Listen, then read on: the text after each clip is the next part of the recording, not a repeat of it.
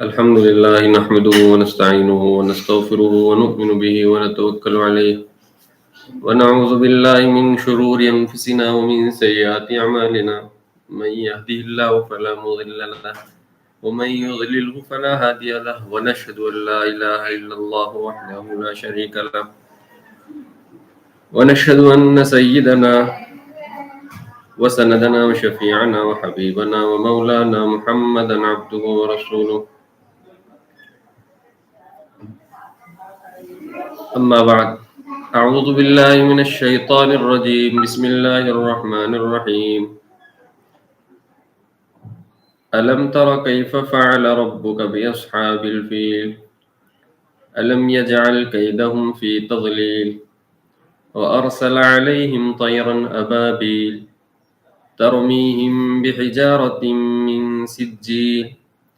فجعلهم كعصف مأكول صدق اللہ العظیم۔ گزشتہ درس میں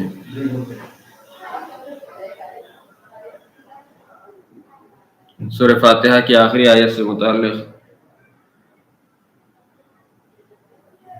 باقی باتیں عرض کی گئی تھی جو کہ پرسوں کے سبق میں رہ گئی تھی۔ ان باتوں کا خلاصہ پیش کر کے آج کے درس کا آغاز کریں گے۔ گزشتہ درس میں یہ بات بتائی گئی کہ ہدایت کے سلسلے میں اللہ تعالیٰ کا نظام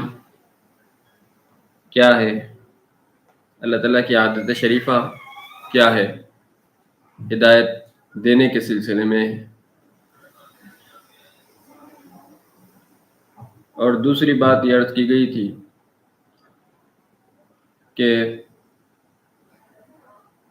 مغضوب علیہم والضالین میں کون لوگ ہیں اور مغضوب علیہم کب ہوتے ہیں اور ضال کب کہلاتے ہیں۔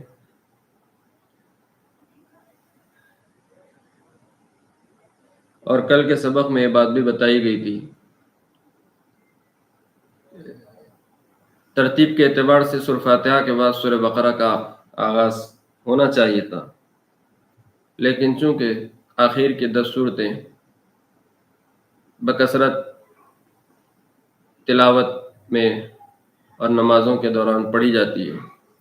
اسی لیے مناسب سمجھا گیا کہ پہلے آخر کی 10 صورتوں کی مختصر تشریح و تفسیر آپ حضرات کے سامنے رکھ دی جائے، پھر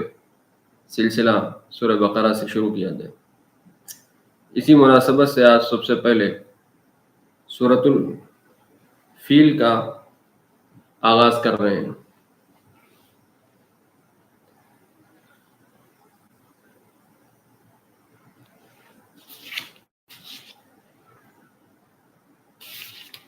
پہلے ترجمہ سماعت کر لیں، اس کے بعد ہم اس کی تشریح و تفسیر پیش کریں گے۔ سورۃ الفیل مکی سورت ہے اور 5 آیات ہیں۔ ترجمہ یہ ہے: الم تر کیف فعل ربک باصحاب الفیل، کہ کیا آپ نے نہیں دیکھا کہ آپ کے رب نے ہاتھی والوں کے ساتھ کیسے معاملہ کیا۔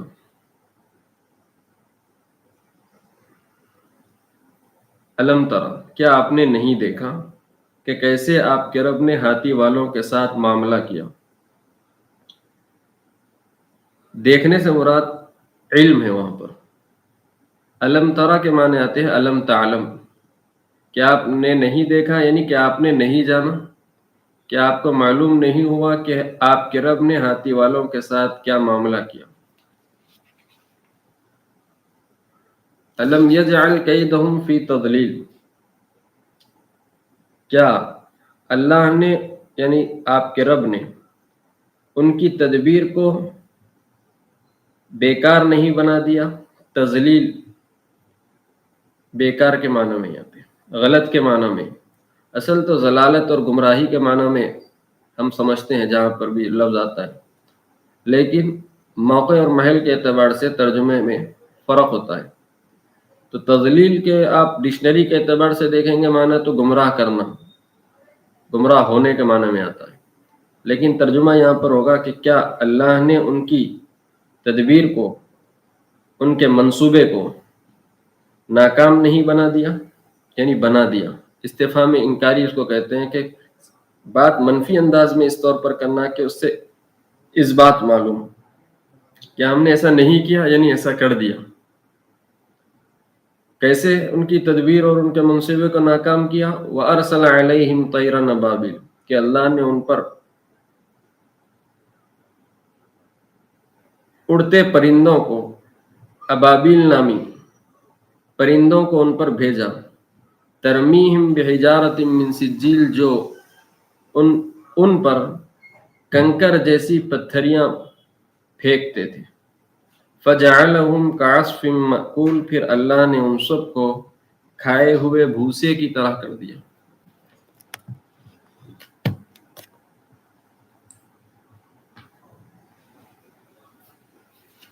ترجمہ مکمل ہوا۔ چبایا ہوا بھوسا، یعنی کھایا ہوا بھوسا، جو جانور گھاس کو چر دے اور کھا لے، اس کے بعد جو اس کی حالت ہوتی ہے، وہ کیفیت کو بیان کیا گیا کہ پھر اللہ نے ان کو کھائے ہوئے، چبائے ہوئے چارے کی طرح کر دیا۔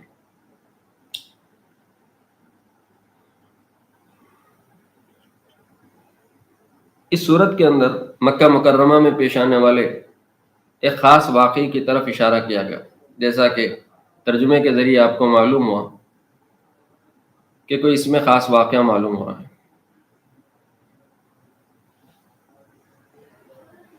اور واقعے کا سننا اور جاننا آیات کو سمجھنے میں مدد دیتا ہے۔ یہاں پر ہم ایک اضافی بات، علمی بات پیش کرنا چاہتے ہیں، وہ یہ ہے کہ کچھ لوگ جو ترجمے اور تفسیر کی دلچسپی رکھتے ہیں، ان لوگوں کا عموماً یہ خیال ہوتا ہے کہ آیات کو سمجھنے سے پہلے آیات کے پیچھے کے واقعے کو سمجھنا ضروری ہے، اور ہر آیت کے پیچھے ایک واقعہ ہوتا ہے، یہ سمجھتے ہیں۔ ہر آیت کے پیچھے ایک واقعہ ہوتا ہے، اور اس کو شان نزول کہتے ہیں، پس منظر کہتے ہیں، سبب نزول بھی اس کو کہتے ہیں۔ تو کچھ لوگ یہ خیال کرتے ہیں کہ ہر آیت اور ہر صورت کے پیچھے کچھ نہ کچھ سبب نزول ہوتا ہے، ان آیات کے اترنے کا سبب ہوتا ہے، اس کا پس منظر ہوتا ہے، شان نزول ہوتا ہے۔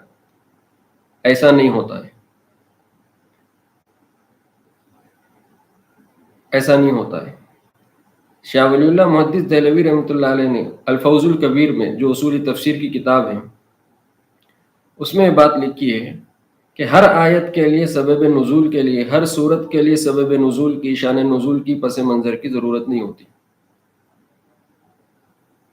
صرف شان نزول اور پس منظر، سبب نزول کا جاننا مفسر کے لیے، ترجمہ قرآن والے کے لیے، قرآن مجید کی تفسیر والے کے لیے اس جگہ ضروری ہے جہاں پر اس واقعے کو سمجھے بغیر آیت نہ حل ہوتی ہو، بس وہاں پر شان نزول کی ضرورت ہے۔ اب جیسا کہ یہاں پر آیا سورۃ الفیل میں کہ جب تک آپ واقعہ نہیں سمجھیں گے، اس وقت تک یہ بات نہیں سمجھ میں آئیں گی کہ ہاتھی والے کون تھے۔ فجعلہم کیدہم فی الم یجعل کیدہم فی تضلیل، کہ اللہ نے ان کے منصوبے کو بیکار کر دیا، تو اب قید کیا تھا، وہاں پر منصوبہ کیا تھا، وہ منصوبہ سمجھنا پڑے گا۔ وارسل علیہم طیرا ابابیل ترمیہم بحجارۃ من سجیل، کہ کنکریاں ان پر برسائی گئی، پرندے آئے۔ تو یہ چیزیں ایسی ہیں کہ واقعے کے سنے بغیر آپ کو آیت حل ہوگی۔ تو اس سے بات سمجھ میں آ رہی ہے کہ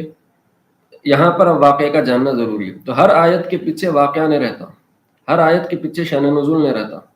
جیسا کہ لوگ خیال کرتے ہیں کہ ہر آیت کے پیچھے شان نزول ہوتا ہے۔ اور ہر آیت کے پیچھے شان نزول رہتا، اس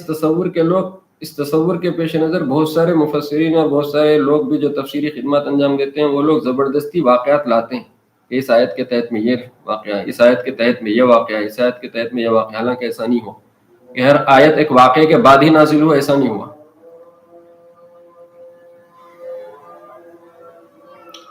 جی غیر یہ تو ایک اضافی بات تھی، علمی بات تھی. اب یہاں پر ہاتھی والوں کا واقعہ بیان کیا گیا. سوال یہ ہے کہ یہ ہاتھی والوں کا واقعہ کب پیش آیا، اس کی تاریخ کیا ہے؟ نبی رحمت صلی اللہ علیہ وسلم کی پیدائش سے 50 دن پہلے، 40 دن پہلے یا 55 دن پہلے، تینوں باتیں کتابوں میں ملتی ہے کہ حضور اکرم صلی اللہ علیہ وسلم کی پیدائش سے 40 دن یا 50 دن یا 55 دن پہلے یہ واقعہ پیش آیا. عیسوی کے اعتبار سے نبی رحمت صلی اللہ علیہ وسلم کی ولادت 570 عیسوی میں ہوئی. تو اس سے 50 سال پہلے یا 40 سال پہلے یہ واقعہ پیش آیا جو آج کے سبق میں آنے والا ہے. واقع فیل کے لیے آپ کو تھوڑا سا پس منظر سمجھنا پڑے گا. اس واقعے کو سمجھنے کے لیے بھی تھوڑا سا بیک گراؤنڈ سمجھنا پڑے گا. وہ یہ ہے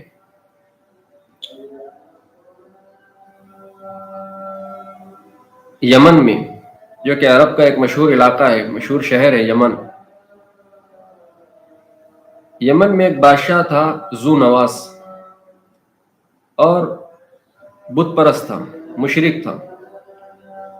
اور اس کی رعایا میں یمن میں بہت سارے نصرانی آباد تھے. اور اس وقت کے نصرانی موحد تھے، اللہ تعالیٰ کی وحدانیت پر اور حضرت عیسیٰ علیہ السلام کی نبوت اور رسالت پر یقین کرنے والے تھے. تو اب یہ نصرانی بت پرست نہیں تھے، تو بادشاہ کا مذہب الگ ہو گیا اور رعایا اور پبلک کا مذہب الگ ہو گیا. تو اس بادشاہ ذو نواس نے یمن کے ان نصرانیوں پر ظلم کیا، اور تقریباً 20,000 عیسائیوں کو، 20,000 نصرانیوں کو خندق کھود کر آگ میں ڈال دیا. اور یہی واقعہ ہے سورۃ البروج میں، اصحاب الاخدود کا واقعہ بھی کہتے ہیں اس کو، خندق والوں کا واقعہ. تو یہ جو نصرانی تھے یمن کے، دیکھا کہ بادشاہ کی طرف سے ظلم و ستم ہو رہا ہے اور ہم مارے جا رہے ہیں. تو اس میں سے 2 آدمی قیصر روم کے بادشاہ کے پاس گئے اور اس کو جا کر شکایت کی کہ یمن میں ہم پر ظلم ہوا اور ہمارے بادشاہ نے ہم پر ظلم کیا اس وجہ سے کہ ہم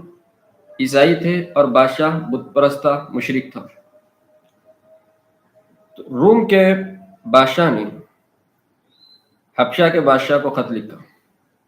حبشہ کا بادشاہ نصرانی تھا، حبشہ کا بادشاہ نصرانی تھا. تو اس کو خط لکھا کہ تمہارے ہم مذہب لوگ یمن میں مارے جا رہے ہیں،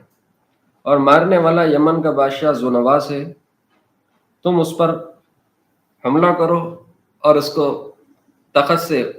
محروم کر دو، حکومت سے اس کو محروم کر دو. چنانچہ قیصر روم کی ہدایت پر حبشہ سے 2 فوجی کمانڈر اربات اور ابرہہ یمن بھیجے گئے. اربات اور ابرہہ یمن بھیجے گئے، اور ان دونوں فوجی کمانڈروں کی سرپرستی میں ایک بڑی جماعت بھیجی گئی. ان لوگوں نے یمن پر زبردست حملہ کیا، اور وہ ذو نواس جو کہ مشرک اور بت پرست حاکم تھا اس کو معزول کیا اور یمن پر قابض ہو گئی. اب یمن پر جب قابض ہو گئے تو 2 فوجی کمانڈروں میں لڑائی ہو گئی، اربات میں اور ابرہہ میں. وہ یہ چاہ رہا تھا کہ یمن پر حکومت کر لے، تو اربات اور ابرہہ میں پھر ابرہہ غالب آ گیا، اور اس طرح اب یمن میں ابرہہ کی حکومت قائم ہو گئی. تو ابرہہ کا واقعہ جو ہے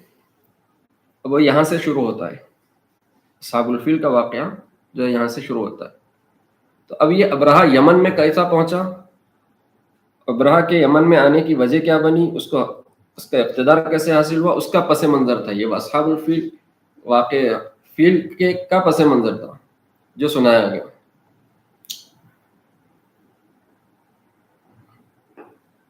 ابرہہ چونکہ نصرانی مذہب کا ماننے والا تھا اور ان کے پاس کی عبادت گاہ کو، عبادت خانے کو کنیسا کہتے ہیں، اس کو اپن گرجا گھر کہتے ہیں،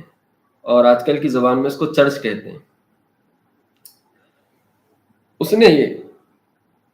اپنے مذہبی عبادت کے لیے ایک چرچ تعمیر کی اور اس کو انتہائی خوبصورت بنایا۔ بعض مورخین نے لکھا کہ اتنا اونچا بنایا تھا کہ اگر کوئی نیچے کھڑے ہو کر اس کی بلندی اور اس کی اونچائی کی کنارے کو دیکھنا چاہے تو دیکھ نہیں سکتا تھا، اور اس کے اندرون میں سونے چاندی جواہرات سے دیواروں کو مرصع کر دیا اور بہت شاندار اور خوبصورت بنایا۔ اور بنانے کا مقصد یہ تھا کہ لوگ بیت اللہ کو جانے کے بجائے میرے پاس یمن میں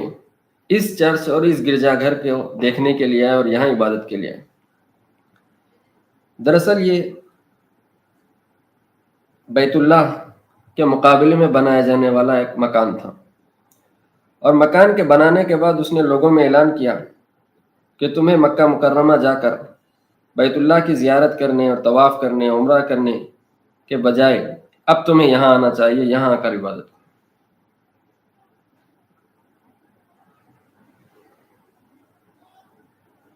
عرب دراصل چونکہ دین ابراہیمی پر تھے، ابراہیم علیہ السلام، اسماعیل علیہ السلام کی اولاد وہاں پر تھی، اور اگرچہ کہ ان کے اندر بہت ساری دیگر خرابیاں، شرک کفر کی بھی اور اعمال کی بھی اور اخلاق کی بھی بہت ساری خرابیاں ان کے اندر آ گئی تھی، لیکن اس کے باوجود ان کے اندر بیت اللہ کی محبت اور بیت اللہ سے تعلق تھا۔ جب یمن کے بادشاہ ابرہہ نے ان کو کہا کہ اب بیت اللہ جانے کی ضرورت نہیں، یہاں یمن آ کر میرے بنائے ہوئے چرچ اور گرجا گھر میں تم عبادت کرو اور اس کے طواف کرو اور اس کے یہاں پر آؤ، بیت اللہ کے مقابلے میں جب اس نے اس مکان کو دعوت دی تو لوگوں کو غصہ آیا اور لوگ ناراض ہوئے۔ اس میں سے ایک آدمی نے، ایک روایت یہ ہے کہ اس گرجا گھر میں جا کر غلاظت کر دی، اور ایک روایت یہ ہے کہ غصے میں ایک آدمی نے اس گرجا گھر کے قریب آگ لگا دی، اور وہ آگ پھیلتے پھیلتے وہ گرجا گھر کو آگ لگ گئی اور گرجا گھر کا ایک حصہ جل گیا۔ اور یہ چیز بادشاہ کو، ابرہہ کو غصہ دلا دی۔ اس نے قسم کھائی کہ جس بیت اللہ کے خاطر، جس کعبے کی خاطر میرے گرجا گھر کو نقصان پہنچایا گیا اور میرے گرجا گھر کی توہین کی گئی، اس میں غلاظت کی گئی یا اس کو جلایا گیا، اب میں اسی بیت اللہ کو منہدم کر دوں گا، گرا دوں گا، جس بیت اللہ کی وجہ سے میرے گرجا گھر کو نقصان پہنچایا گیا۔ چنانچہ اس نے ایک بہت بڑا لشکر تیار کیا اور کعبے پر حملہ کرنے کے لیے ہاتھیوں کا قافلہ لے کر نکلا۔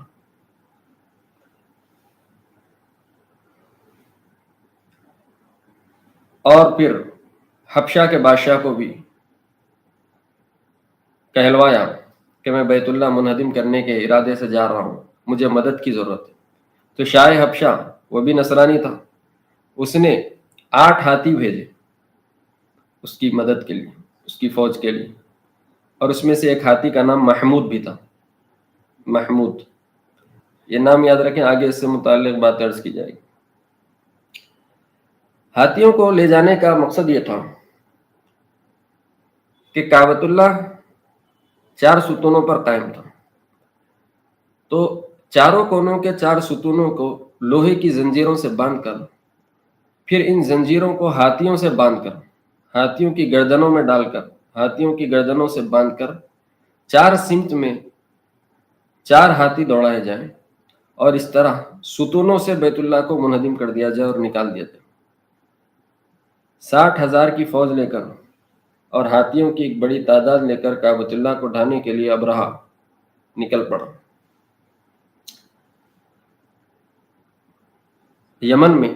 یمن سے جب وہ نکلا تو بات پھیل گئی عرب میں کہ ابرہہ بیت اللہ کو منہدم کرنے کے ارادے سے نکل پڑا۔ اس کے مقابلے میں ذو نفر نامی ایک شخص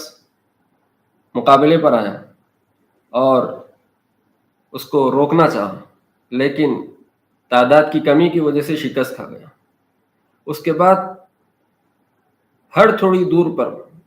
ہر قبیلے والوں نے اپنی اپنی بساط اور کوشش کے مطابق اس قافلے سے مقابلہ کیا، لیکن تعداد کی کمی اور ہتھیار کی کمی اور طاقت و قوت کی کمی کی وجہ سے کئی قبیلے والوں نے اس سے شکست کھائی۔ بالآخر وہ مکہ مکرمہ کے قریب پہنچا، اور مکہ مکرمہ کے قریب جہاں پر اس نے اپنا پڑاؤ ڈالا، وہاں پر مکے والوں کے اونٹ چرا کرتے تھے، تو اس نے مکے والوں کے تمام اونٹوں پر قبضہ کر لیا، بالخصوص حضور اکرم صلی اللہ علیہ وسلم کے دادا حضرت عبد المطلب کے 200 اونٹ پر بھی قابض ہو گیا۔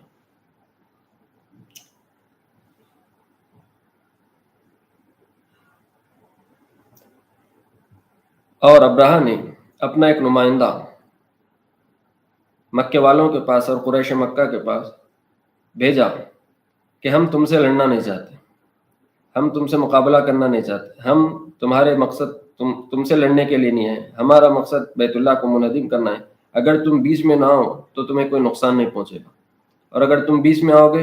تو گزشتہ ہمارے راستے میں کئی قبیلے والوں نے ہم سے مزاحمت کی، ٹکراؤ کیا، لیکن وہ سب کے سب ناکام ہوئے اور تم بھی نقصان اٹھاؤ گے، کہلا کر بھیجا۔ اور ساتھ ساتھ نمائندے نے یہ بات بھی اطلاع دی کہ ہمارے لشکر کا سردار ابرہہ عبد المطلب سے ملنا چاہتا ہے، عبد المطلب سے ملنا چاہتا ہے جو قبیلے کے سردار ہیں۔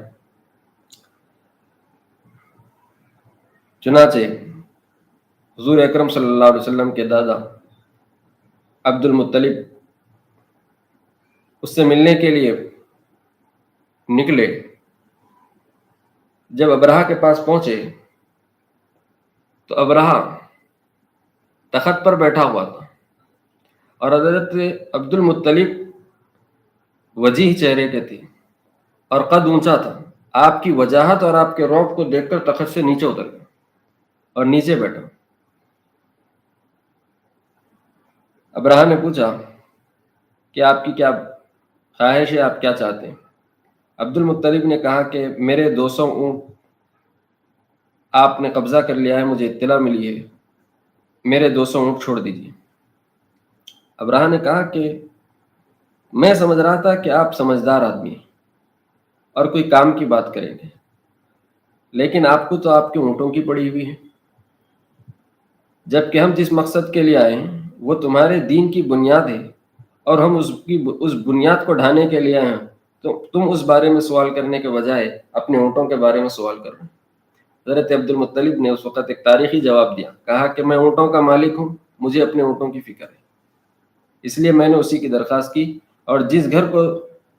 تم منہدم کرنے جا رہے ہیں، تم اجاڑنے جا رہے ہیں، اس کا مالک اللہ ہے، وہ اس کی حفاظت کرے گا اور وہ اس سے نمٹے گا، ہم تمہارا مقابلہ نہیں کرنا چاہتے۔ خیر بات ہوئی گئی، اونٹ واپس کر دیے گئے۔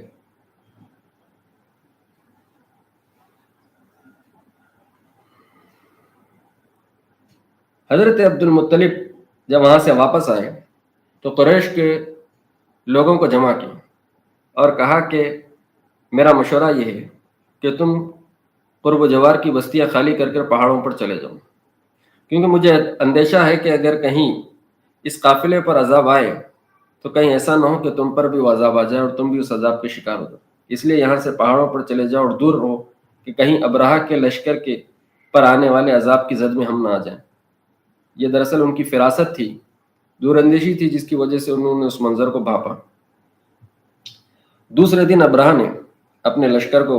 تیار کیا اور صف بندی کی، اور سب سے پہلے محمود نامی ہاتھی کو اٹھایا۔ محمود نامی ہاتھی کو اٹھانا چاہا کہ وہ چلیں، تو وہاں پر مکے کا ایک باشندہ تھا نفیل بن حبیب، اس نے اس کے ہاتھی کے کان میں جا کر بات کہہ دی کہ تو اللہ کے حرم میں ہے، تجھے جو لے جایا جا رہا ہے وہ بیت اللہ کو گرانے کے لیے لے جایا جا رہا ہے۔ جیسے ہی اس نے بات سنی، ہاتھی اپنی جگہ سے اٹھ ہی نہیں پا۔ کافی کوشش کی گئی لیکن وہ ہاتھی اٹھ ہی نہیں پا۔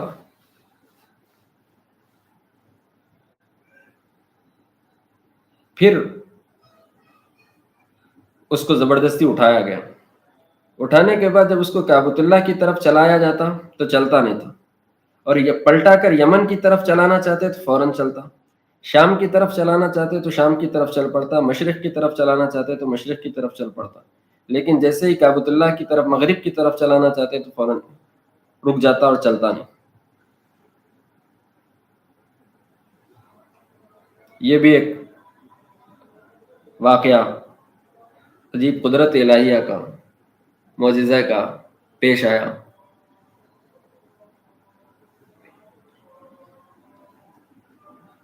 اسی کشمکش میں یہ لشکر تھا کہ آگے بڑھے اور کعبۃ اللہ کو ندیم کریں۔ سمندر کی طرف سے پرندوں کے غول در غول ہیں،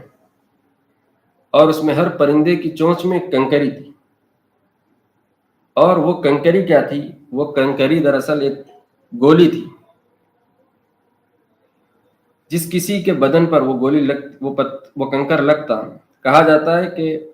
مورخین اور مفسرین نے لکھا ہے کہ سیدھے پورے جسم کو پھاڑ کر آر پار ہو جاتی اور نیچے زمین تک چلی جاتی، اور اس طرح پورا کا پورا لشکر عذاب الہی کا شکار ہوا۔ کچھ وہاں سے بھاگ کھڑے ہوئے اور کچھ وہیں پر دم توڑ دیے۔ جو لوگ بھاگ گئے ان کے جسم میں جگہ جگہ زخم ہو گئے، اور تڑپ تڑپ کر کئی کئی دنوں کے بعد ایک ایک فوجی انتقال کرتا ہے۔ جب یہ یمن کی طرف واپس جا رہے تھے تو کوئی کسی راستے میں، کوئی کسی راستے میں مرتا رہا، اور خود ابرہہ کی کیفیت بھی ایسی ہوئی کہ جب عذاب الہی آیا تو یمن کی طرف بھاگ نکلا، چونکہ اس کے اوپر بھی پتھر اور کنکر پڑ گئے تھے، تو ابرہہ کی انگلیاں کٹ گئی تھی، جسم جگہ جگہ سے زخمی ہو چکا تھا، اور ان تمام زخموں میں پیپ بھر گیا تھا۔ مورخین نے لکھا ہے کہ جب وہ یمن پہنچا تو یمن پہنچنے کے بعد کئی دنوں تک اپنے ان زخموں میں اور اپنی اس تکلیف کے ساتھ وقت گزارا، اس حد تک کہ اس کے ایک ایک زخم سے پیپ نکلتا تھا اور بہتا تھا، یہاں تک کہ اس کی موت کے وقت جب اس کا سینہ پھٹا تو دل باہر آیا، اور اس طرح وہ یمن میں مر گیا۔ مفسرین نے یہاں پر یہ بات لکھی کہ دراصل ایک حکمت و مصلحت بھی تھی اللہ تعالیٰ کی اس میں، کہ چاہتے تو پورے لشکر کو فوراً وہیں پر ہلاک و برباد کر دے سکتے تھے اور پورا لشکر وہیں تباہ و تاراج ہو جاتا، لیکن بطور عبرت کے، بطور نمونے کے، مکے سے لے کے یمن تک کے تمام علاقے والوں نے، تمام قبائل والوں نے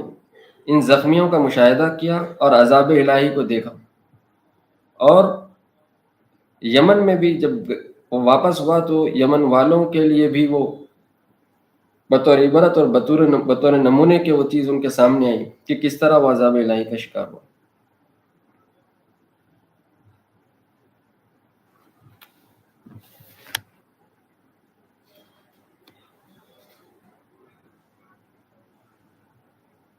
مفسرین نے لکھا ہے کہ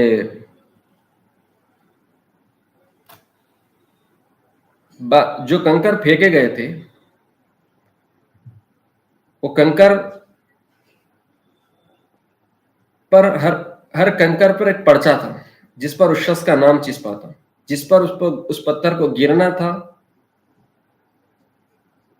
اللہ نے اس پرندے کے ذریعے، اس پرچی کے ذریعے اس پرندے کو اس تک پہنچایا،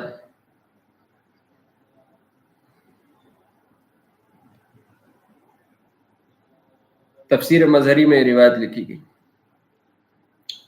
اور بعض مفسرین نے بالخصوص حضرت عبداللہ ابن عباس رضی اللہ عنہ نے فرمایا کہ ان پرندوں کی چونچیں تو پرندوں کی طرح تھی، لیکن ان کے پنجے کتوں کے پنجوں کی طرح تھے۔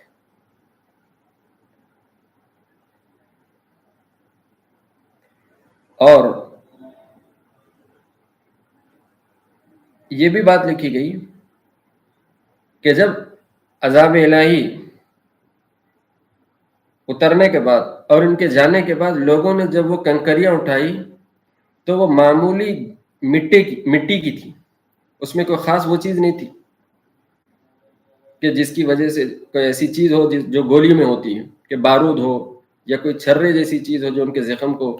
کے جسم کو زخمی کرے اور ان کو چیرے۔ مفسرین نے لکھا ہے کہ لوگوں نے اس کنکریوں کو اٹھایا اور اس کی تحقیق کی تو دیکھا کہ وہ معمولی مٹی کی تھی، لیکن جو کام ہوا اس کے ذریعے وہ خدائی طاقت تھی۔ اور بعض مفسرین نے لکھا کہ دراصل دکھنے کے اعتبار سے تو وہ پتھر تھا، کنکر تھا، لیکن دراصل وہ آگ سے بنی ہوئی تھی، یہی وجہ ہے کہ جیسے ہی ان کے جسم پر وہ لگتی تھی تو اس کو جلاتے ہوئے، زخم کرتے ہوئے اور چیرتے ہوئے باہر نکلتی تھی۔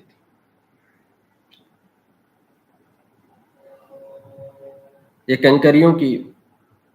بارے میں مختلف مفسرین کی تحقیقات ہیں، اور یہ دراصل صحابہ کرام رضوان اللہ علیہ مجمعین کے اقوال کی روشنی میں، جیسا کہ وہ پرچی والا جو قول ہے وہ حضرت عبداللہ ابن مسعود رضی اللہ عنہ کا قول ہے، اور پرندوں کے پنجوں کی جو تفصیل ہے وہ حضرت عبداللہ ابن عباس رضی اللہ عنہ کا فرمان ہے۔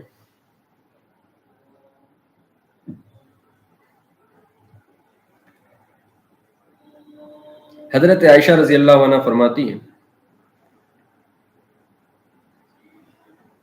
کہ ابرہہ کے لشکر میں 2 آدمی جو ہاتھیوں کے چلانے والے تھے، فیلبان جس کو کہتے ہیں اردو میں، ہاتھی کی نکیل پکڑ کر اس کے ساتھ چلنے والا، ہاتھی چلانے والے کو فیلبان کہتے ہیں۔ حضرت عائشہ رضی اللہ عنہ کہتی ہیں کہ ابرہہ کے لشکر کے 2 آدمی لشکر میں تھے لیکن مرے نہیں تھے، لیکن عذاب کے شکار ہوئے اور بچ گئے، لیکن اندھے ہو گئے تھے، چل نہیں سکتے تھے اور بھیک مانگا کرتے تھے۔ اور کہتی ہیں کہ ہم نے ان کو ایک زمانے تک مکے میں دیکھا کہ وہ بھیک مانگتے پھرتے تھے۔ وہ ہاتھی والوں میں سے 2 کا انجام حضرت عائشہ رضی اللہ عنہ بیان کرتی ہے۔ اسی واقعے کو اللہ تعالیٰ نے ان آیات میں بیان کیا جو یہاں پر آئی۔ سوال یہ ہے کہ یہ واقعے کی اطلاع نبی رحمت صلی اللہ علیہ وسلم کو دی جا رہی ہے، اس لیے کہ واقعہ حضور اکرم صلی اللہ علیہ وسلم کی ولادت سے پہلے ہوا، اور فرمایا جا رہا کہ کیا آپ کو اطلاع ہے اس واقعے کی جو کہ ہم نے ہاتھی والوں کے ساتھ کیا، کہ ان کے ہم نے منصوبے کو ناکام کر دیا، اس طور پر کہ ہم نے ان کے اوپر پرندے بھیجے جو کنکریاں ان پر پھینکتی، اور فجعلہم کعصف مأکول، پھر ہم نے ان کو کھائے ہوئے چارے اور بھوسے کی طرح کر دیا، یعنی بالکل نیست و نابود کر دیا۔ اس واقعے کی اطلاع نبی رحمت صلی اللہ علیہ وسلم کو سورہ ان آیات کے ذریعے ہوئی، لیکن سوال یہ ہے کہ اس واقعے کے بعد یہ جو آیات نازل ہوئی اور حضور اکرم صلی اللہ علیہ وسلم کو اس واقعے کی جو اطلاع دی گئی، اس سے سبق کیا ہے، پیغام کیا ہے، مقصود کیا ہے؟ سبب نزول سمجھ میں آ گیا، واقعہ سمجھ میں آیا، آیات حل ہو گئی، لیکن مقصود کیا ہے؟ کیوں اس واقعے کی اطلاع دی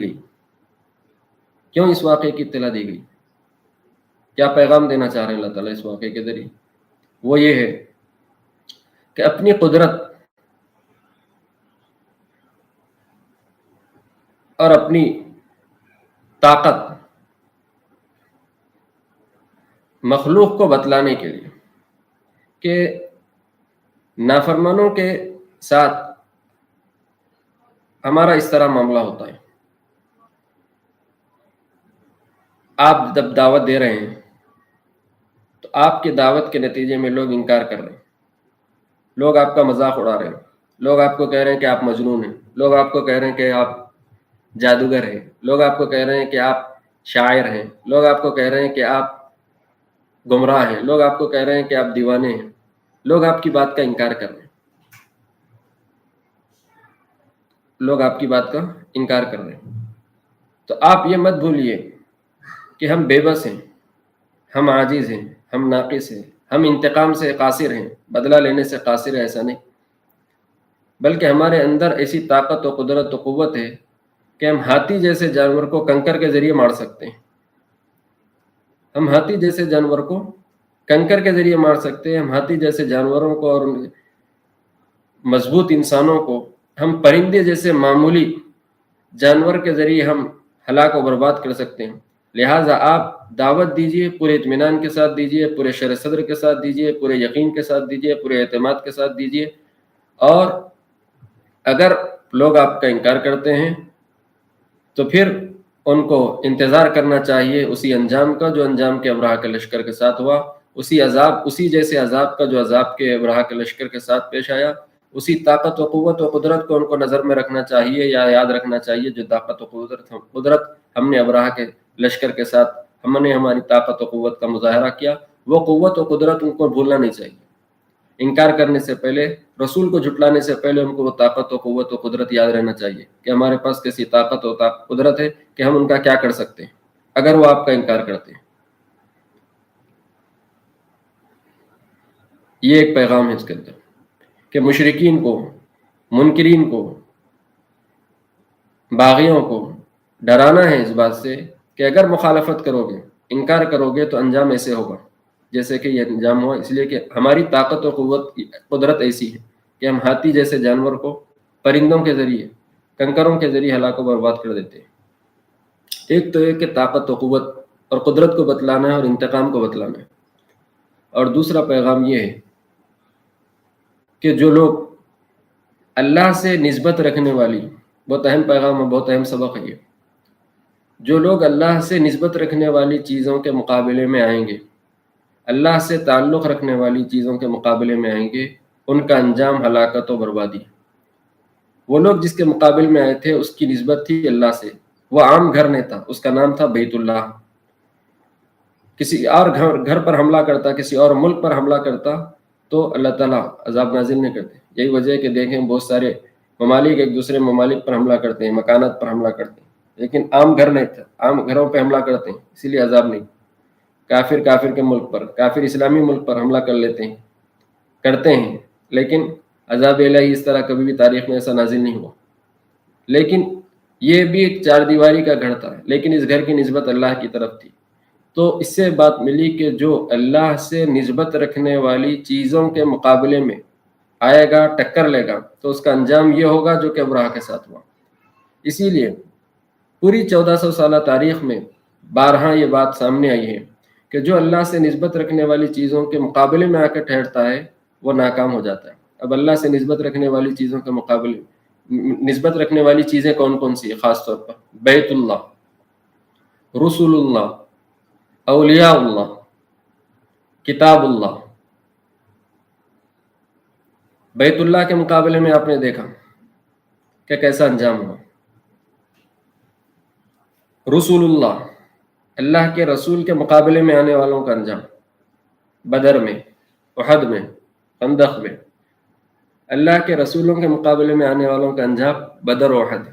اس لیے کہ یہ افراد، یہ عام افراد نہیں ہیں، یہ عام انسان نہیں ہیں، یہ انسان اللہ سے نسبت رکھنے والے، ان کا تعلق اللہ سے، ان کو نسبت لگ گئی، رسول اللہ ہے، عام رسول نہیں، عام پیغمبر نہیں ہے، عام قاصد نہیں ہے، یہ اللہ کے قاصد ہیں، اس لیے ان کو انبیاء سے، اللہ سے نسبت ہو گئی۔ جب ان سے اگر کوئی مقابلے میں آئے گا تو پھر ہلاک و برباد ہوگا۔ اولیاء اللہ، اولیاء اللہ، بہت سارے لوگ بزرگان دین سے متعلق، اہل اللہ سے متعلق، اہل دل سے متعلق، متقین، صلحاء، علماء، اتقیاء، علماء، طلباء، حفاظ سے متعلق بغض، نفرت، کینہ رکھتے ہیں، معمولی سمجھتے ہیں، حقیر سمجھتے ہیں، تذلیل کرتے ہیں۔ اللہ سے نسبت رکھنے والے لوگ ہیں یہ لوگ، اولیاء اللہ میں سے۔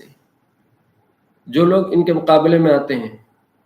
بغاوت کرتے ہیں، ان سے حسد کرتے ہیں، نفرت کرتے ہیں، اللہ تعالیٰ بے نام و نشان کر دیتے ہیں، مٹا دیتے ہیں، ہلاک و برباد کر دیتے ہیں۔ یہی وجہ ہے کہ تاریخ میں جس نے بھی کسی اہل اللہ کو ستایا، کسی ولی اللہ کو ستایا، ولی اللہ کو ایذا دی، کسی حافظ قرآن کو، کسی عالم دین کو، کسی علی اللہ کو، کسی ولی اللہ کو تکلیف دی، اللہ نے تباہ و تارج کر دیا، نیست و نابود کر دیا، اس لیے کہ ان کی نسبت اللہ سے ہے۔ نبی محمد صلی اللہ علیہ وسلم نے ارشاد فرمایا حدیث میں، من آذی ولیا فقد آذنتہ بالحرب، جس نے میرے ولی کو تکلیف دی، میرے دوست کو تکلیف دی، فقد آذنتہ بالحرب، میں اس سے اعلان جنگ کرتا ہوں۔ اعلان جنگ کا کیا مطلب ہے؟ گویا اس نے مجھ سے ٹکر لی، اور جو مجھ سے ٹکر لیتا ہے وہ ہلاک و برباد ہوتا ہے۔ اس کا مطلب یہ ہوا کہ جس نے ولی سے ٹکر لی، ولی سے مقابلہ کیا، تو سمجھ لو کہ اس کی ہلاکت و بربادی یقینی ہے۔ اور ایسے ہی دیکھنے میں آتا ہے حکمران اپنے طاقت و قوت کے بلبوتے پر